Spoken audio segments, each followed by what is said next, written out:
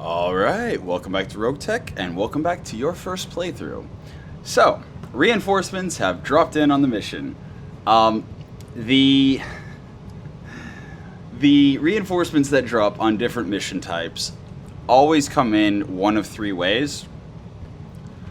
The first way is what happened here, where a dropship flew in, dropped off a lance, and then flew away.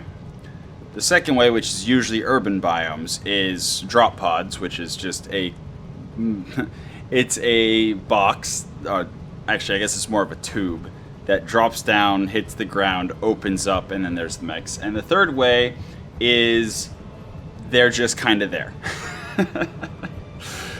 I think that happens whenever the animation for like the dropship fails to play, but that's the only three ways that reinforcements ever show up.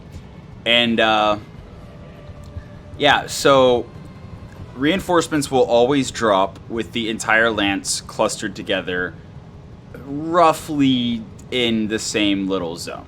It is very, very unlikely for a reinforcement cluster, a lance of reinforcements, to show up with, like, so many of them in one place and then, like, one or two somewhere else.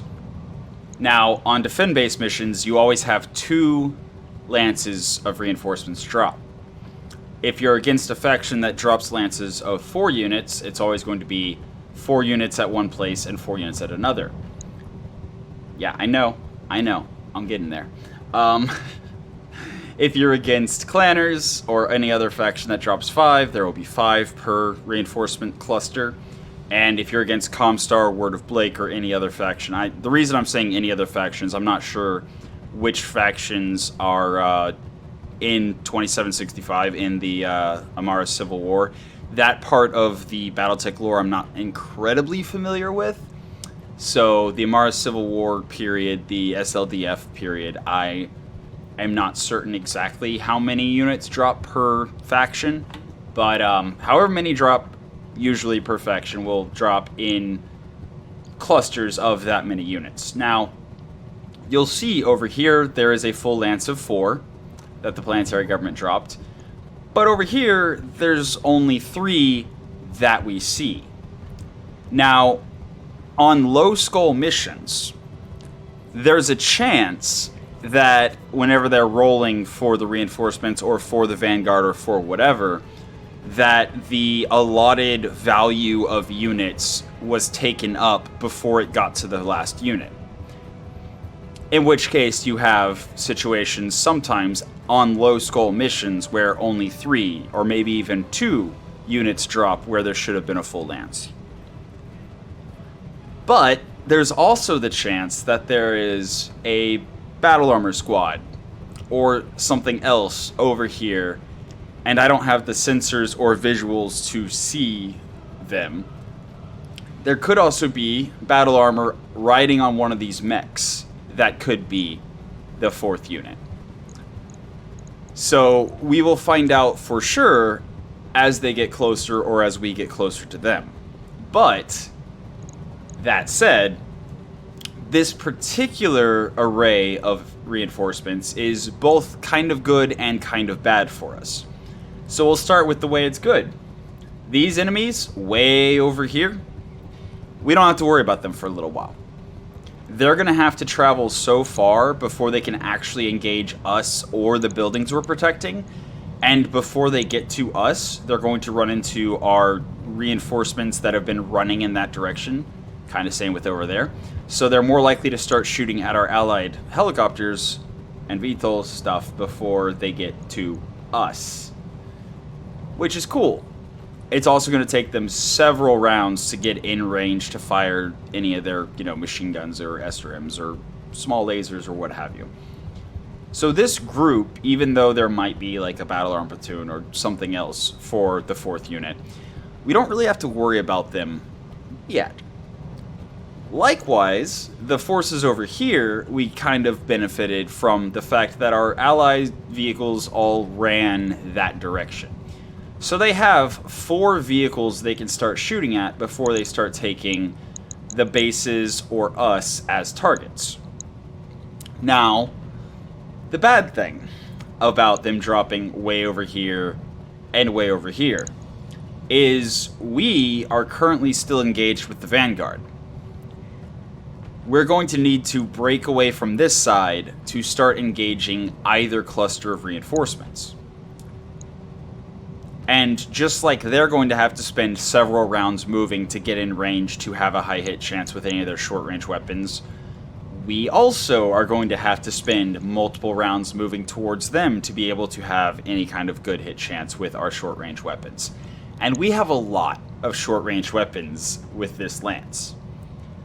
So it's going to be important for us to finish the vanguard sooner than later and start repositioning towards most likely this lance first, and then have this lance also coming in and being aware of where they're going to be at and be able to shoot us from.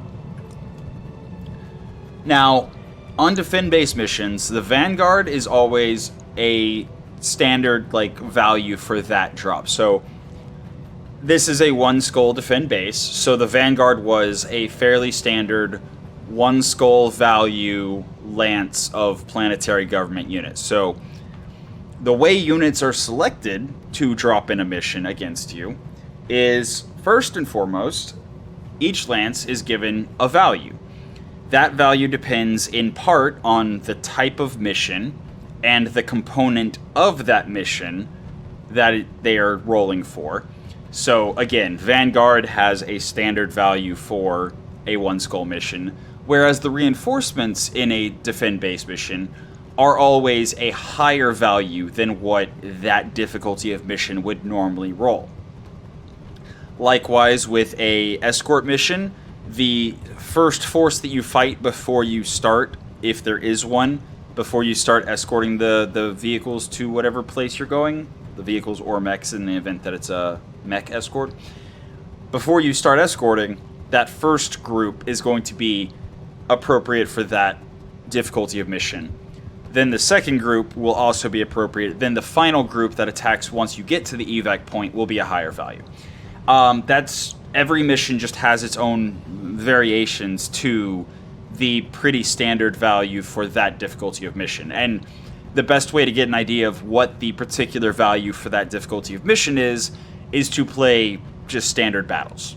Because then the lances that drop are standard value for that difficulty of mission. So that's a way you can build up a little bit of proficiency and a little bit of okay, I have a vague idea of what kind of stuff will drop on this difficulty of mission because I've fought many battles at 1 skull. So I know what a 1 skull lance is roughly going to look like and what kind of equipment and armor and whatnot they're going to have.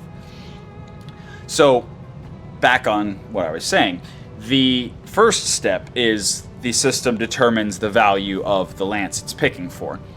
Then it runs through a list of that faction's available units that it could potentially pick and drop. And it randomly picks from that list until it reaches the value of whatever it's trying to find, or until it finishes picking all of the viable units. So that's why if you're fighting against planetary government, sometimes there will just be a random clan tech mech mixed in, or even 2 or more, depending on the difficulty of mission and the amount of the allotted value for that lance.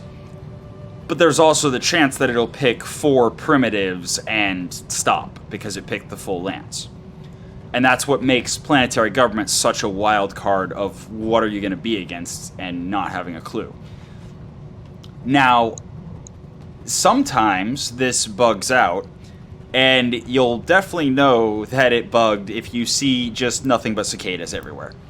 From what I understand, unless it's changed since the last time my game bugged, the modders set it up so that anytime any lances are being generated, if it, for whatever reason, messes up and can't pick a lance the way it's supposed to, you'll just see a bunch of cicadas. Just basic bog standard cicadas.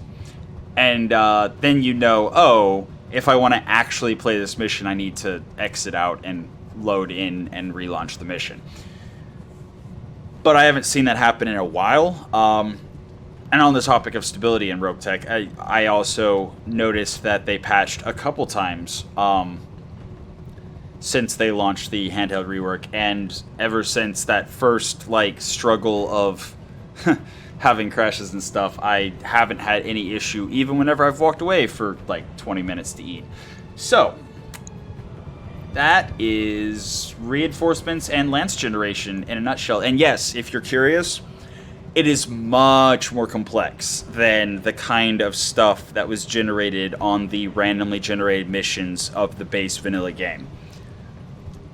Like, the system that was used to generate base vanilla mission random enemies was a much, much simpler system.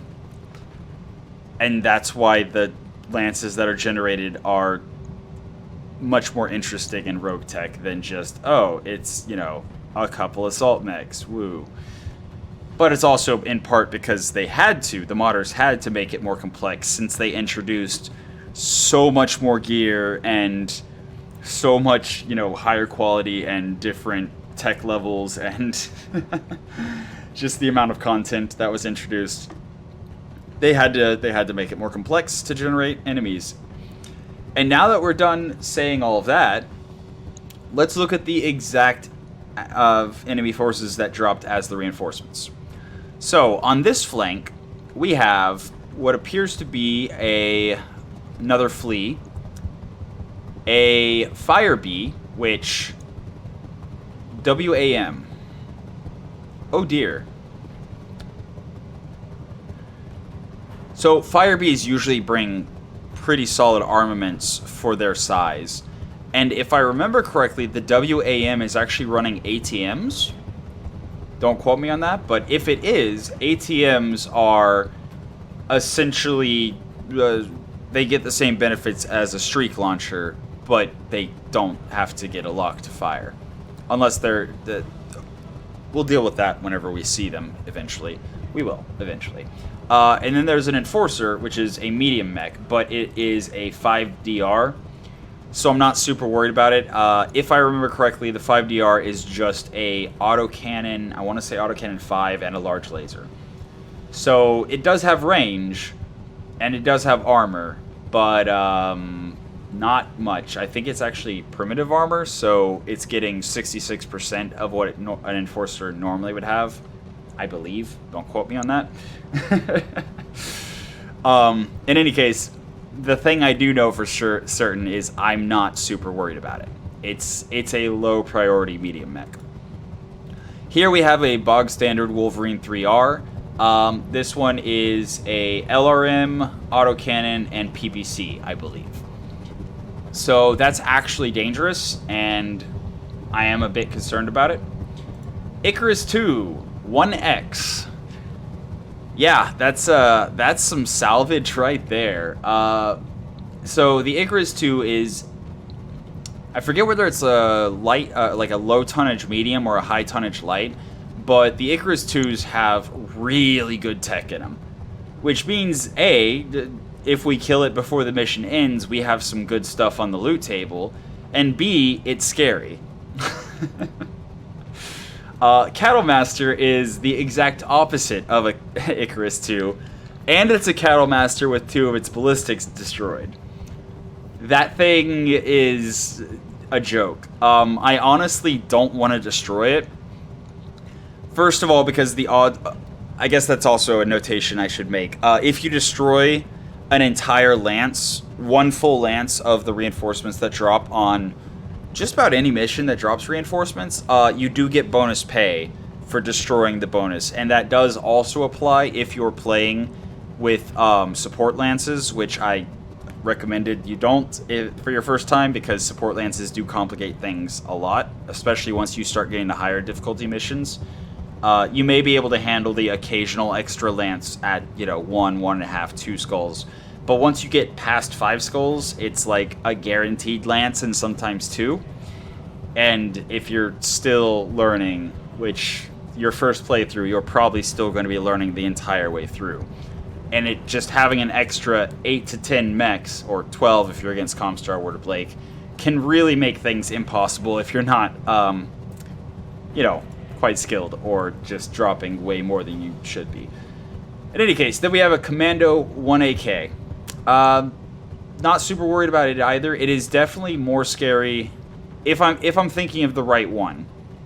It's definitely more standard than a standard, or it's definitely more scary than a standard Commando 1A, but not that much more. So really the Icarus 2 is the thing that I'm really worried about over here, and the Wolverine is also a concern.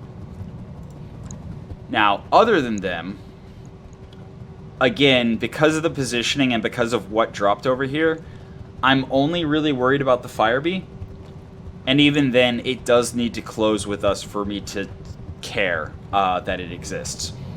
So our primary purpose, our primary focus, as I alluded to, is finishing off the Vanguard, in part for the bonus pay, and in part so we don't have them in our backs while we turn to deal with the rest. And I may actually split forces and already send... my Locust is way out of position compared to the Phoenix Hawk and Bushwhacker, so even if I am rotating them around to try to deal with the Icarus and the Wolverine, the Locust would be kind of on its lonesome for a full round. Regardless, let's deal with this Maxim first and foremost. So, again, we have the dilemma of, do we get further away or do we get closer? And I think this is the point with it in its current state that it's in. And honestly, I think we shoot it from the front, actually. We won't get the bonus accuracy, and any splash weapons that go, like any of the weapons that go to the sides or the turret, will not destroy.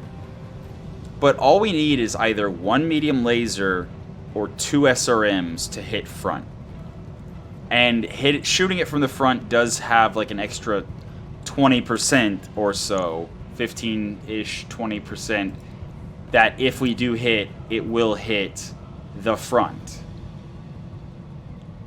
And I think we definitely actually move for 5, have our back to this pillar of stone. So, okay. Once again, because I took a break between recordings, because I'm literally doing one round every hour, I forgot about the mask. And it was on. And it had a 16% fail chance. On the bright side, it's a teachable moment. So I moved, which means I didn't benefit at all from the mask.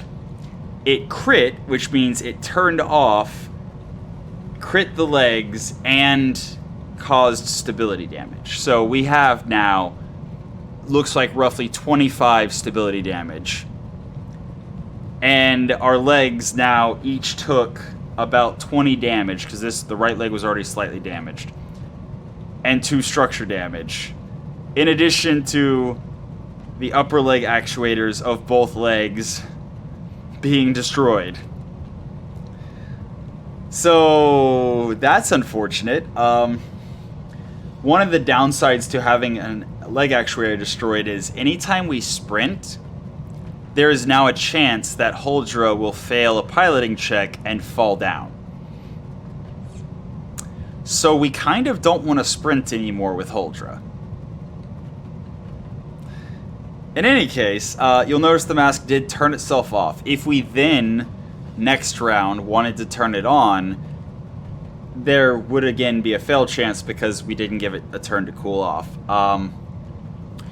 But yeah, so that is a public service announcement. Turn your masks off when they have a failed chance and you're not using them. Yeah, good times. Firing. And we hit side. We hit nothing but side. I really hope we at least hit left side, otherwise I should have definitely shot it in the left side. Because if we hit right side, that's so unfortunate.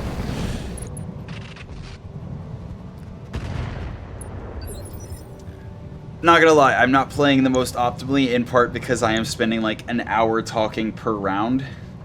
So, You have to understand, if you see me do something foolish, especially if I call it out as having been foolish, it's because I'm not exactly focusing 100% on playing the best I can. That's what the challenge run's gonna be all about. In any case, the Maxim, we did 25 damage to the right side, didn't touch the front at all. Okay, it's fine. Hey. It's fine. I'm actually going to call the Locust in here. I'm going to call the Locust in part because the Locust is going to be able to traverse back to fight the reinforcements in one round. Here we go.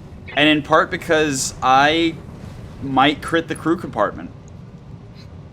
The crew compartment is in the front of most vehicles. The engine's in the back of most vehicles. So there's a chance with the machine gun at... Wow. Yeah, those hit chances. Let me guess, no sensors. Oh, no, we have... That's with sensors? Like, yeah, max range +6. Yeah, I understand that much. But, like... Oof. Alright, well, I mean... Okay. You know what? I'll take it. With those hit chances, I will absolutely take 25 damage to the side. Uh-oh. I was wrong. That's not ATMs. What? Okay, so the WAM Fire Bee, it just fired a thunderbolt of some kind, I'm pretty sure. Really, a important question here is, are our allies going to actually help us? No. Apparently not.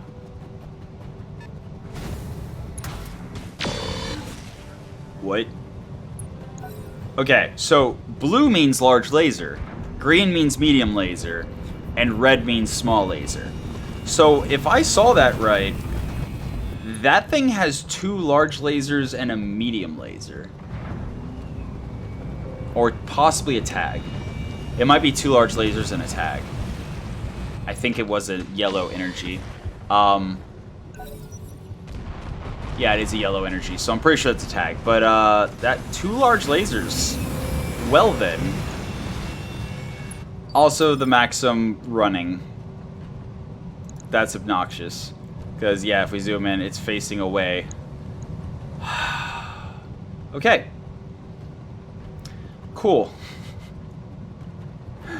Awesome. So the only places we can really shoot at now is the back or the right side, which means once again we kind of just have to ignore the Maxim's existence and do something else. But yes, this Locust, I am now much more concerned about it, and now I am definitely going to focus it. That's going to be a faster kill than anything on the other flank. Oh goodness, those hit chances. We have a +3 on sensors, unless it has some kind of warfare or electronic warfare going on. I definitely want to stay out of the water. Mask is off. Good. Remember to check before I clicked. And you'll notice it still has a 14% fail chance, because it takes time after you've used it for the fail chance to reduce. Yeah, I think I'm gonna hope that the hit chance improves once we actually get over there.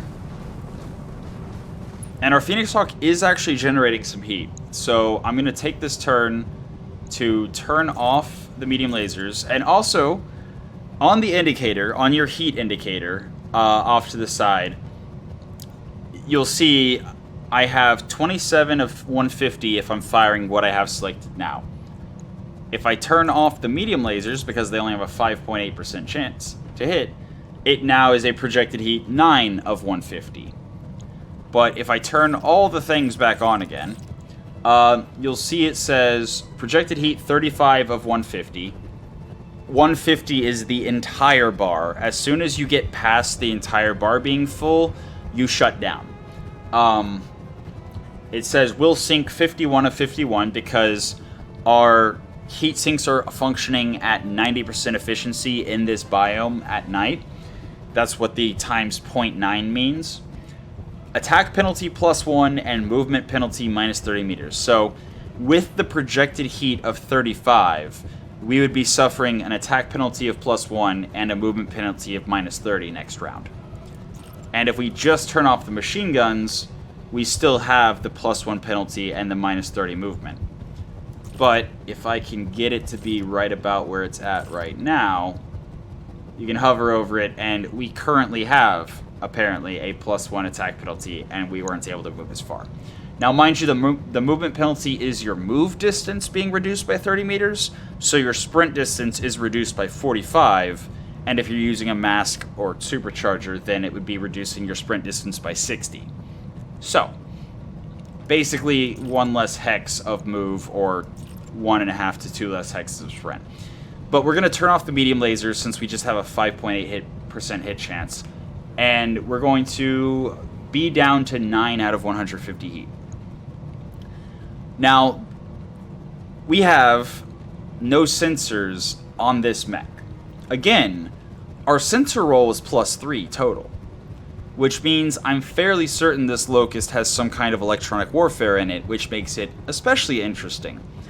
Because some of the best stuff you can get very early on in the game is either things that save tonnage or electronic warfare systems to help your hit chance, to hurt the enemy's hit chance, because the less damage you take per mission, the more, or the less repair costs you have, and the more missions you can drop on.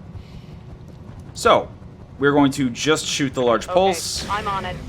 And we have 3 chances at 17%. I'm very happy to just have 1 hit.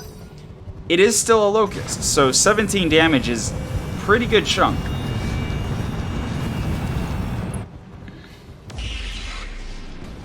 Wait, did our ally just shoot a PPC? At a Cattle Master? Okay. It's... okay. Pretty sure it didn't hit, because if a PPC hit, that health bar would be showing it. But, it's also kind of weird that they took the Cattle Master as their target. Literally the least impactful mech on the board. Okay, that one shot at the Wolverine. You can tell who is being shot at by the AI, because whoever's being shot at, whether it be your unit or an enemy unit or an ally unit, it will show the full bar like this, where it says Wolverine and blah blah blah, and shows the full bar whenever somebody's being targeted. If nobody's being targeted, if they're just attacking ground or whatever, then it won't show anyone being hovered like that. So that's how I knew that the previous shot went for the Cattle Master, because it looked like this when they were shooting. And I knew that shot went to the Wolverine without even seeing that it hit, because it showed the Wolverine's name. So, back to this very interesting Locust. Yeah, if it does have a tag, I would absolutely take a tag as a priority pick, even over the medium mech parts. Because a tag, if you can land a tag early game, it helps your hit chance so much, because the bonus it gives to sensors will negate the no sensors from a low sensor roll, and the accuracy that it gets. I'll show you if it's in the loot screen. I will absolutely show why I would be so excited to get a. Man, that thing has. All right, our sensor roll is -8. Guaranteed, we're not gonna have a good hit chance no matter who we're shooting at. So we might as well shoot uphill at the Locust. That way, if we do hit anything, it's very impactful. Yeah, those hit chances, though. I think I'm actually going to drop the large laser, because 10% hit or miss, it's a 10% chance. Like, the other two each have 10 projectiles that each have a 10 or 16% chance. So the odds of us doing some damage with them is definitely more likely than with the large laser. Plus, by turning off the large laser, we go back down to 0 heat. So, yeah, we're going to use our no sensor round to do no damage. Good times. Hey, stay in the crosshairs! Hey, at least our AMS unjammed, so whenever the thunderbolt shoots at us again, it'll be hopefully intercepted. High explosive ammo is amazing at intercepting big missiles like thunderbolts and arrows. And our allies are shooting the enemies over here, so that's cool. And they seem to be largely shooting at the Wolverine and the Icarus. Waiting for orders. Very happy to see that. What's our sensor roll here? +3. Okay, this is actually a good chance to see how good of electronic warfare that Locust has. Or is it a Locust or a Flea? Locust. Yeah. I think I called it a Flea earlier. In any case. We also have a 10% hit chance because we have no sensors, +5. Despite having a +3 on our total sensor check. Which means that this Locust, somehow, some way, whether it be from it or from its allies, is negating at least 4 sensor. So unless we have at least a +4, we're not going to have sensors on this thing. Which means our hit chance is going to stay abysmal. That said, I mean, it's a vehicle, so we don't have to worry about heat, and we have 7 shots left with 6 rounds remaining, so there's no reason to not shoot the AC-10. I say as I look and see that it has recoil. Did it not shoot last round? Because over on the left it says this weapon has a recoil of... Oh, right. Tainted Loki reduces... Okay. Yeah, so he has recoil reduction in his Mechwarrior or pilot, whatever. So that's why there's no recoil. So yes, there's no reason to not shoot. So we're not going to suffer from recoil. We have enough ammo to guaranteed last to the end of the mission because the mission will end at the end of at the end of 7 more rounds. Period, regardless of what's going on. So. Hail Mary, it missed. It's fine. Now then, hopefully we can get some better sensor rolls this round and actually get a decent shot on the thing. Because, yeah, it's definitely interesting. Very, very interesting. What's up, boss? I think I'm actually going to reserve with the stealth. So that if the Maxim moves in such a way that I can shoot it from the left or the front, the stealth is the most likely to be able to do that. Because if the Maxim moves towards me, the stealth can wrap around either direction. So I am going to reserve with Huldra. Not to mention, her shooting at the Locust would be a joke since she has two gunnery, and firing uphill is... yeah. Our hit chance is less than ideal.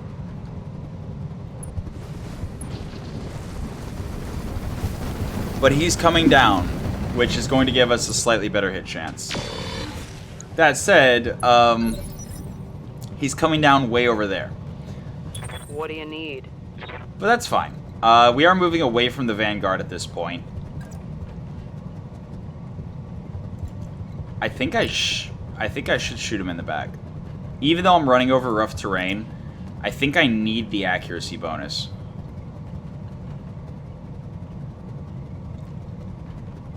Do I actually... okay. I think I mask here, actually. Specifically because there's not another unit I have that's going to be able to wrap around behind.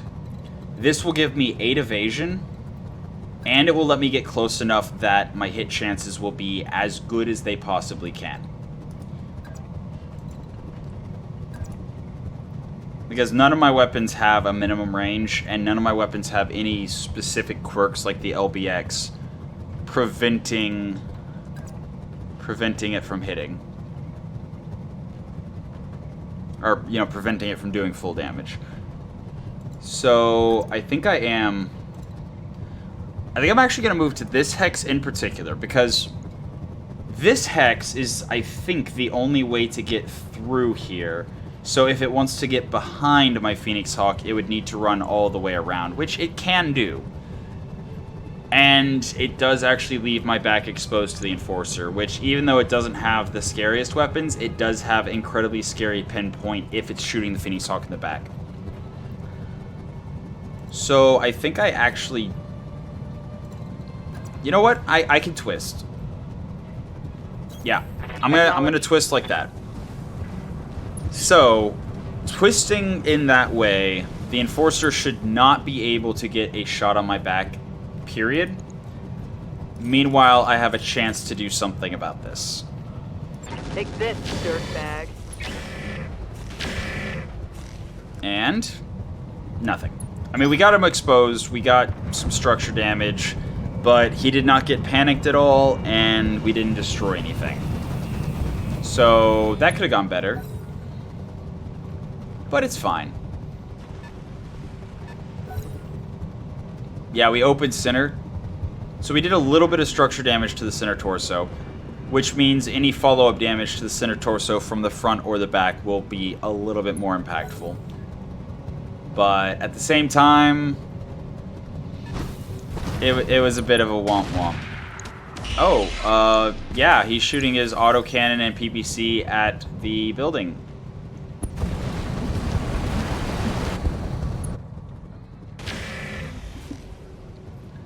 Okay, so that is not the Enforcer I thought it was.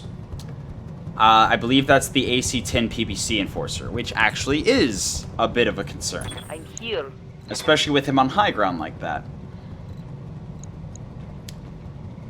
The Locust, I think I'm also going to reserve in the hopes that between the Stealth and the Locust we can kill that Maxim. So... yeah. Reserving. And there goes the Swift Wind, doing sensor things that direction instead of towards the guy that has the crazy electronic warfare stuff. And enemies missing our hover tank in the mineral field. Love to see it. Love to see it. Now, specifically, I'm not too worried about stray shots here. Actually, if I want to fire the large laser with no sensors, which we have +4, so I'm pretty sure we have no sensors, which means we're gonna have a very low hit chance.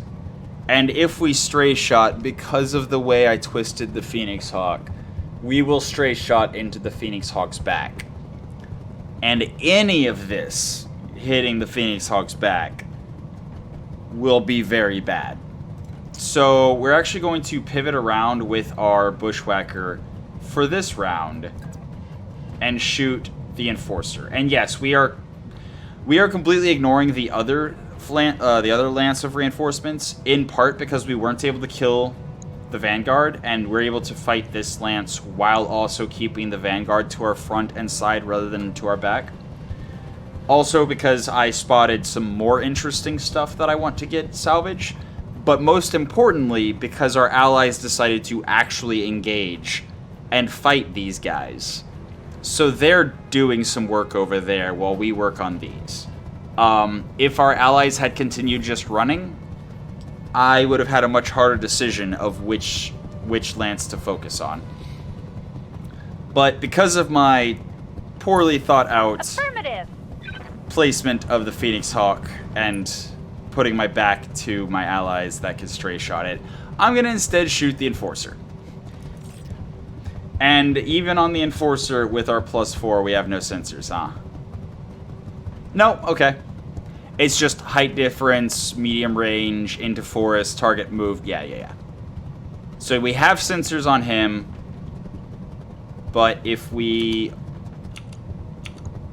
look at him, we have no sensors. So he is literally, this Locust has electronic warfare of some kind of ECM or warfare suite, that is giving him a shield of at least 4. Which, assuming nothing changed too much from the handheld rework, that's probably a Guardian ECM or an Angel ECM, either of which I would love to have. So, we're going to just shoot at the Enforcer. And we are generating a slight amount of heat, but not enough to matter yet. So projected heat 4 of 150, that's fine. We actually hit the laser. Nice. Love to see it. But yeah, I also have to keep in mind, I only have 2 priority picks, which means I don't care what parts of the Enforcer survive. And if I'm specifically looking to take whatever kind of electronic warfare gear the Locust has, I honestly don't care what happens to the stuff on the other flank, or even if it dies at all. Because I just want to kill this Locust and get whatever's in it. So, yeah. It would be ideal if the Icarus would go down, but it looks like our allies are still being, questionable. Yeah, same thing with Tainted Loki here. I'm not going to take a shot, risking the AC-10 hitting the Phoenix Hawk in the back. So, we will also get into a position where we can shoot unobstructed and try not to shoot necessarily past the Bushwhacker to hit the Enforcer, maybe, probably, hopefully, possibly. We'll see what the hit chance looks like once we finish moving. It is still at 21%. Got it. Okay. Negative damage. Again, we have no reason to not shoot with the Chasseur, so might as well. Alright, so our allies are still mostly milling about, doing nothing. And we're going to reserve again, because we really want this Maxim to do something. And the Commando did nothing. And the Wolverine is turning around to shoot the VTOL that flew past him and didn't shoot at him. Now I kind of wish I was in a position to shoot him in the back. AC-5 medium laser SRM-6. So, I was wrong. I thought it was LRM, but it's fine. We're not too worried about it. It's over there. We're not dealing with it at all. And then Rusalka needs to also reserve down to turn 1. So, we're going to have so much hesitation on our Locus next turn. Okay, so that did heat damage. That means it's not Thunderbolts it's shooting, it's Thermobolts. And you'll notice that it hit a hex away and still did, what was that, 12 heat? That's, I think Thermobolt 5 is like 25 or 30 heat if it hits. Or is it 10? I don't recall off the top of my head. I don't really use Thermobolts super often, but when I do, they're devastating, and when I get hit by them, they're usually very devastating. Good to go. But again, our mechs are running pretty cool. And since we're the same turn and one of them went first, we have to reserve again with Huldra down to turn 3. So yeah, we're gonna have some serious hesitation on our Locust and our Stealth, but it's fine. They're kind of out of the fight anyway. Alright, so he is facing that way, which means we want to shoot him, preferably from the side like this. I learned my lesson. And yeah, I know, so the reason why I sprinted instead of moving to drop the stability damage is because the only person that can actually shoot the Stealth is the Enforcer, and the AI is more likely to shoot at enemies that are shooting them directly, rather than turning their focus to somebody who's further away and not shooting at them. Now, there is still a chance that he shoots his, autocannon at PPC, and if he hits, I think, either of them, the Stealth will get knocked unsteady. But even then, there's very limited follow-up. The one downside, well, I say the one. So, if they're using Thermobolts, they're doing primarily just heat damage and very negligible damage. And Huldra's in the water. So any heat damage we're dealt, if they do decide to lob the Thunderbolt, Thermobolt at us, will be largely negated by the water. So, here goes nothing. Finally. Beautiful. And then I hope we can salvage that. the softest, easiest target is all that's Hey. left. But actually... Nah. I definitely work on the wheeled scout so I can start bringing Huldra back around sooner than later. And since the wheeled scout has significantly more armor on the front, I'm actually going to do a backstrike for the increased accuracy, and also because that will help me determine which side I want to start shooting it from. Because Throw this again, up for what it's as worth. I said a couple videos back at this point, whenever you're shooting a vehicle in the back, you're actually more likely, just because the side left and side right chance to hit each of them is combined much higher than the 40% to hit them in the back. Which is 40% if you're offensive pushing, and I think it was like 30% if you're not. In any case, the chance of hitting the sides is much higher than hitting the back, especially if there's no turret. So, by doing a back strike whenever it's fresh, I'll be able to see which side takes more damage than the other, and then focus that side for follow-up shots. So yeah. Also, since there's very low chance of us actually getting it open, and by very low I mean negligible, I'm going to just fire the medium lasers, actually. I'm going to save a little bit of heat by firing just the lasers, and also the machine guns next round will have no recoil. And with no recoil, I will be able to certainly hit with ×6 against hopefully an open side. Hunting through the back. Of course, I missed. Yeah, that's par for a 20-tonner. It has 2 medium lasers. Them both missing is not surprising in the least. Especially since our Mechwarrior in it is cautious. What? Okay. So this Bullfinch just fired and did 2 damage each time, but knocked the enemy unsteady. So there's a type of ammunition that I think it's specific to autocannons and rotary autocannons. Regardless, there is a type of ammunition that is essentially you trade all of the damage for just a ton of stability damage. And that's why shooting a single weapon, which I believe is a rotary autocannon, and based on the fact... Yeah, light rotary rifle, actually. Oh, there we go. So it's a light rotary rifle firing a high stability damage slug. And you see, even though the light rotary rifle... Why? Why did the AI fire all the way over there?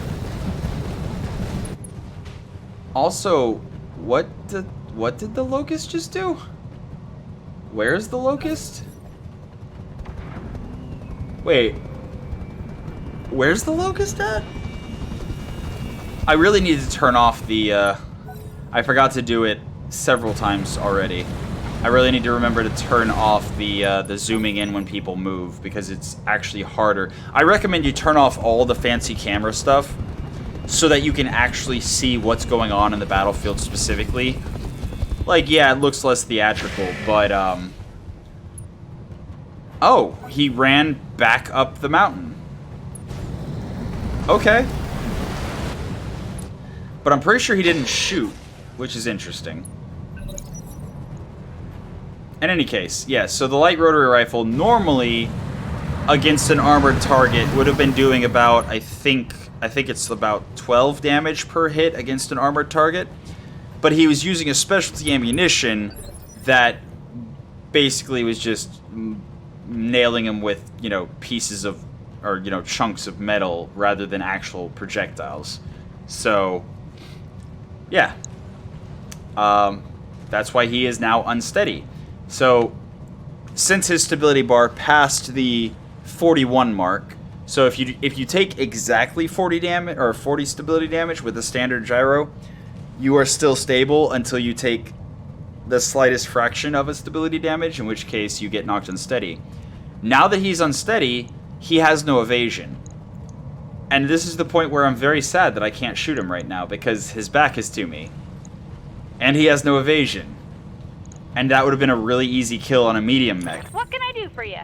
But again, as long as we can kill this Locust in 5 rounds, I want whatever electronic warfare equipment he has, because that is such a high priority.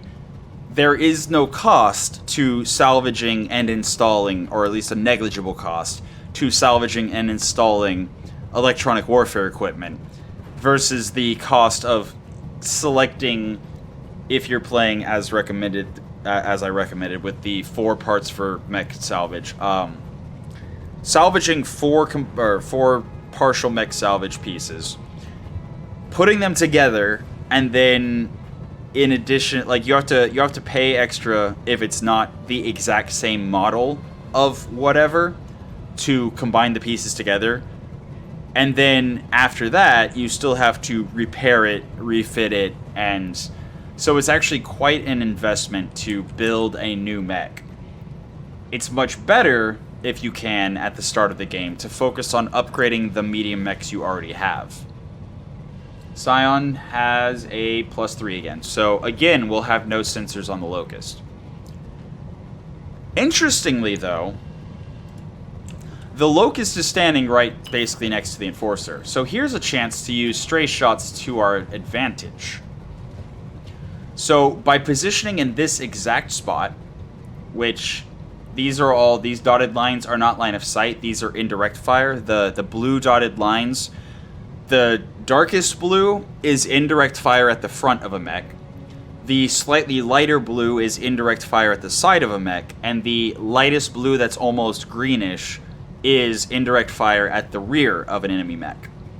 But since our Mechwarrior has negligible tactics, it's not going to hit, most likely, firing indirectly. We're already struggling enough to just fire directly and hit, so we're going to do exactly that. And I'm specifically going to sprint to this hex and this hex alone, because I want the lower hit chance on the Enforcer. So I could go here and get unobstructed side strike on the Enforcer, but I actually want the lower hit chance so that I'm more likely to stray shot the Locust. Now, yes, I could also shoot at the Locust, and if I hit, I hit, and if I miss, I probably hit the Enforcer. But the big pinpoint, 24%, it's one chance to stray shot, so I would rather it have a higher hit chance on the Enforcer, and then if it misses, have a chance to stray shot the Locust. That's basically what I'm doing and why I'm doing it. So, here goes. Time to Firing. die. No stray shots. Unfortunate. But it was worth a shot. It was worth a try since our hit chances were so awful. I've already almost been recording for another hour, but at least we got through almost 2 rounds this time. So yeah, once again, Chaucer moving in and shooting because there's no reason not to. And once again, I'm going to shoot at the Enforcer from the front, hoping to miss and hit the Locust. And unfortunately, we did not. No choice. I mean, it's really it's a better. I said it's just as much of a gamble to shoot at the Enforcer, hoping for a stray shot on the Locust, as it is to actually shoot at the Locust with like sub 10% hit chance. Yeah? Now then, here we go. We have a large pulse laser, mask off, 14% fail chance. I remembered this time. And once again, I think we're going to move. What is our sensor roll here? +7. Okay, we should actually have sensors this time. And his right leg is open. So we absolutely want to move and shoot. Confirmed. And hit him in the right leg. Hopefully. There's no way we still have no hit. Do we have no sensors? Okay. So here is a great example of why electronic warfare is so good. We have sensors. And now that we have sensors, we're still having to deal with the ECM shield giving us +2 difficulty to hit. The only way that you can bypass ECM shield is with probe or with either a narc beacon or a tag or a sensor ping. So ECM shields are just extra defense, period. Which is why if you can fit in, actually just even if you can't fit it, take stuff out to put in an ECM. They also have the benefit, if I had one, I could actually show it off. You can shift an ECM to active mode to negate somebody else's ECM shield if you're close enough. Also, worth noting, enemy effects could also be electronic warfare interfering with our hit chance. We don't know because we don't have enough sensor information to see exactly what that little guy's carrying. But whatever it is, I want it. I am going to turn the machine guns off because I actually do not want to crit anything in this mech. If I trigger an ammo explosion, actually there is no ammo, it's energy only, but if I get a crit on anything, it could be the electronic warfare equipment that I'm trying to salvage. So, I also save heat by turning off the machine gun. And we missed absolutely everything. Wow. Yep. Early game struggle, when you have no electronic warfare, when you have no hit chance, when you have no tactics. If the enemy also has, you know, no evasion, no electronic warfare, it's much easier to hit them. But, okay. So we actually moved to the other side, so we can still do the same thing with our stealth, potentially, maybe. Our Locust, we're not going to be able to get in range, so I think our Locust is just going to focus on not getting hit and being ready to drop in the next mission while we try to kill the Wheeled Scout with it. I really want the extra pay, and I'm confident that at some point, eventually, especially if we're moving and shooting it in the back, eventually we'll be able to start hitting our medium lasers on this thing. And the Locust should be able to finish it off once we get the arbor open. Lock on enemy's rear. Yeah, so just like 3 more rounds of that and we could potentially kill it. Hey, it actually hit back, so... Commander? Okay. And unfortunate. So we have obstructed line of sight, which, worth noting, cool thing about stray shots. If you have obstructed line of sight against one target, and full line of sight against the other, and you fire your weapon at the obstructed line of sight, you will deal reduced damage. I think it's 80% damage or thereabouts. If you fire at the target you have full line of sight to, but you miss, and the stray shot hits a target that has obstructed line of sight, it still does full damage. So sometimes you can actually do more damage to a target by missing a target that you have direct line of sight to. That said, I don't want to fight them. I want to get over here and try to start shooting at the Enforcer and Locust, but I can't. So I'm going to finally drop the stability damage and take a shot at the Wheeled Scout on the way to rotating around to try to join the fight against them. And I have plenty of ammo. I'm in the water and dropping literally all the heat, so I might as well. It's on now. So yeah, structure exposed. We will definitely be able to finish off the vanguard by the end of the mission. But yeah, like I said, I've been recording for an hour, and I can't think of anything I'm going to be... I can't think of anything future me is going to edit out explicitly. So this is probably going to have already been an hour-long video. But I believe that was the end of the round, so... Oh, right, the hesitation. That's the last thing I'll touch on before I end this video. So you'll notice that we activated our Locust and our Stealth the second we were able to, but they were at initiative 7 and 6. Or 7 and 8. And now it's gone to the next round, and they're still at initiative 7 and 8. Because reserving a lot really does, like, it is a massive trade-off of I want to act at this particular round, or at this turn order in this particular round, and I'm going to sacrifice the ability to act sooner in the next couple rounds. The exact amount of hesitation reduces each round, but since, especially early game, piloting skill reduces the randomness of your initiative, but early game you don't have very much piloting, so your initiative is a pretty wide berth of what it could possibly start as, and initiative being -8, -10 because you reserved several times. I don't know why I keep saying resolved instead of reserved.